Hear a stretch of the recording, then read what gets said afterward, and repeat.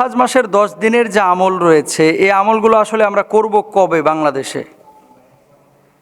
কারণ জিলহজের 10 তারিখ পর্যন্ত কিছু আমল রয়েছে, বিশেষ করে মোটামুটি 10-11টা আমল। আমরা কিন্তু এই কথাগুলো সবাই বলি, কিন্তু কবে করব? কারণ বাংলাদেশের মানুষ তো আর আরবি সালের হিসাব রাখে না, আরবি তারিখে গণনা করে না। এখন কবে এবং কোন কোন আমলগুলো করব স্পেসিফিক আমি খুব সংক্ষেপে আপনাদেরকে বলে দেবো। আপনারা সবাই আমলগুলো করার চেষ্টা করবেন, আল্লাহ তাআলা যদি তৌফিক দান করে। 1 নম্বর, জিলহজ মাস গতকালকেই কিন্তু সৌদি আরবে চাঁদ দেখা গেছে জিলহজ মাসের। তার মানে আজকে বাংলাদেশে কনফার্ম চাঁদ উঠবে। আজকে কী বার? জুমাবার। আজকে বাংলাদেশে হচ্ছে 7 তারিখ।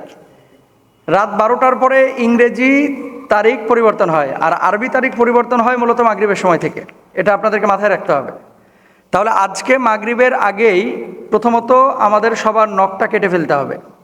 গোঁফ দাড়ি যদি ছোট করা প্রয়োজন হয় তাহলে এগুলো করে ফেলতে হবে। আপনি বলবেন কেন? এটার একটা ফজিলত রয়েছে। আল্লাহর হাবিব সাল্লাল্লাহু আলাইহি ওয়াসাল্লাম বলেছেন, কেউ যদি এই কাজগুলো করে, অর্থাৎ দাড়ি গোঁফ এই 10 দিনে কেউ যদি না কর্তন করে, কোরবানির পরে নহরের দিনে যদি কেউ কর্তন করে, আল্লাহ সুবহানাহু ওয়া তাআলা তার আমল নামাতেও একটা কোরবানির সওয়াব দিয়ে দিবেন। সুতরাং এটা বড় জিনিস। আজকে জুমাবার, আজকে এই 7 তারিখ সন্ধ্যা থেকে নিয়ে আমাদের ঈদের দিন পর্যন্ত এই কাজগুলো আমরা মাথায় রাখবো। বিশেষ করে 1 নম্বর, নখ আমরা কেউ কাটবো না, গোঁফ আমরা কেউ কাটবো না, দাড়ি চুল কেউ আমরা কর্তন করব না। 1 নম্বর আমল। 2 নম্বর কোন আমল করবেন? ইয়া আইয়ুহাল্লাযীনা আমানু তুবু ইলাল্লাহি তাওবাতান নাসুহা। তওবাটা বেশি বেশি করবেন। কারণ আছে। কারণটা কি? আল্লাহ সুবহানাহু ওয়া তাআলা পবিত্র কোরআনুল কারীমের মধ্যে বলছেন, ওয়াল ফাজরি ওয়া লায়ালিন আশর। 10 রাতের কসম আল্লাহ সুবহানাহু ওয়া তাআলা করেছেন। ফজরের শপথ আল্লাহ তাআলা করেছেন। 10 রাত, কোন 10 রাত? সমস্ত মুহাদ্দিসিন মুফাসসিরিনরা একমত, এই 10 রাত দ্বারা উদ্দেশ্য হচ্ছে মূলত এই জিলহজের 10 দিন। এবার আসেন, এই জিলহজের 10 দিনে তাহলে আল্লাহ সুবহানাহু ওয়া তাআলা বান্দাদের ক্ষমা করেন। যেহেতু গুরুত্ব দিয়েছেন আল্লাহ তাআলা, এখানে আমল করলে আল্লাহ কবুল করেন। 2 নম্বর, আমরা তওবা করব। 3 নম্বর আসেন, ফরজ এবং নফল সালাতগুলো গুরুত্বের সাথে আমরা আদায় করব।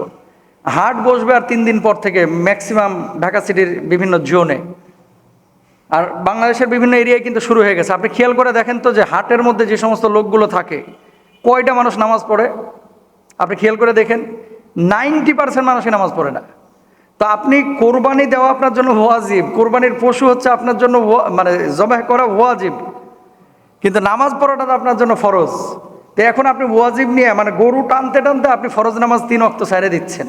তার মানে কি দাঁড়াইলো? লুঙ্গি খুলে মাথায় পাগড়ি পরা, মানে ওয়াজিব নিয়ে টানাটানি করতে গিয়ে আপনি ফরজ শেষ করে ফেলছেন। যারা গরু কিনতে যাবেন, মাঠে যাবেন, ঘাটে যাবেন, অবশ্যই এই বিষয়টা খেয়াল করবেন যে গরু কিনতে গিয়ে, হাটে অবস্থান করতে গিয়ে যেন আমার নামাজ কাজা না হয়ে যায়। আর এখানে আরেকটা বিষয় আছে, কিছু মানুষ কিনতে যায় না। ছাগল কিনবে একটা 20,000 টাকা বাজেট, কিন্তু হাটে যাচ্ছে আজকে 7 দিন। এরকম লোকও কিন্তু আছে, কিনে না, খালি ঘুরে। আর কতক্ষণ পর পর, ভাই দাম কত? দাম জিগাইছে মনে হয় 101 জনকে। ওর গরু কেনার নিয়তি নাই, কিন্তু দাম জিগায়, নামাজ নাই, গা চুলকাইতেছে, মাথা চুলকাইতেছে, ঘুরতেছে, চলতেছে। অথচ আল্লাহ তাআলা এই 10টা দিনকে কি করেছেন? সম্মানিত করেছেন, ইবাদতের জন্য বলেছেন। আমরা কি করছি? ভুল। এই জিনিসগুলো আপনাকে মাথায় রাখতে হবে। অথচ সাহাবী রিদওয়ানুল্লাহি আনহুম আজমাইন, রাসূল আকরাম সাল্লাল্লাহু আলাইহি ওয়াসাল্লাম 10 দিন রোজা রেখেছেন। আমরা তো রাখি না। বিশেষ করে এই যে ঈদের দিন তো রোজা রাখা হারাম, কিন্তু এই যে জিলহজ্জের যে সময়গুলো, এই সময়গুলো শুরু থেকে নিয়ে ঈদ পর্যন্ত প্রত্যেকটা দিন আল্লাহ রাসূল সাল্লাল্লাহু আলাইহি ওয়াসাল্লাম রোজা রেখেছেন। সুতরাং আমরা রোজা রাখার চেষ্টা করবো ইনশাআল্লাহ তাআলা। এরপর আসেন, রোজাটা আপনি কেন রাখবেন? সিয়ামু আশুরা ওয়াল আশারু ওয়া সালাসাতু আইয়ামিন মিন কুল্লি শাহরিন ওয়া রাকাতাইনি ক্বাবলাল গদা। হাফসা রাদিয়াল্লাহু তাআলা আনহা থেকে বর্ণিত, নবীজি সাল্লাল্লাহু আলাইহি ওয়াসাল্লাম কখনো 4টি আমল পরিত্যাগ করেননি। সেগুলো হলো আশুরার সওম, জিলহজ্জের 10 দিনের সওম, প্রত্যেক মাসে 3 দিনের সওম এবং ফজরের পূর্বের 2 রাকাতের সালাত। সুবহানাল্লাহ বলেন। এই 4টা কাজ আল্লাহ রাসূল জীবনেও ছাড়ে নাই। তাহলে আমরা কি করতেছি? আমরা করছিটা কি? ভুল।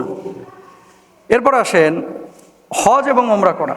যাদের সামর্থ্য আছে, 5 নম্বরে হজ করা এবং উমরা করা, এই সময়গুলোতে যাদের সামর্থ্য আছে তারা করবেন। তারপরে 6 নম্বরে হচ্ছে আল্লাহর জিকির বেশি বেশি করা। সুবহানাল্লাহ, আলহামদুলিল্লাহ, লা ইলাহা ইল্লাল্লাহ, আল্লাহু আকবার, জবানে বেশি বেশি চলবে। তারপরে 7 নম্বরে তাকবীর তাহলিল তাহমিদ বলা, আল্লাহু আকবার আল্লাহু আকবার, লা ইলাহা ইল্লাল্লাহু আল্লাহু আকবার ওয়ালিল্লাহিল হামদ। আরাফার দিবসে যেদিন ইয়াউমু আরাফা, হাজী সাহেবরা আরাফাতে অবস্থান করবে সেদিন রোজা রাখা। কোরবানির দিন তথা 10 তারিখের আমল, সকালবেলায় ঘুম থেকে ওঠা, তারপরে কোরবানি করা। কোরবানির দিন সবচেয়ে উত্তম আমল এটা। তো এই জিনিসগুলো আমরা বেশি বেশি খেয়াল করব, রাত্রিকালীন সময় তাহাজ্জুদ পড়ব, বেশি বেশি নফল নামাজ আদায় করবো ইনশাআল্লাহ তাআলা। আল্লাহ তাআলা আমাদের সবাইকে তৌফিক দান করুন।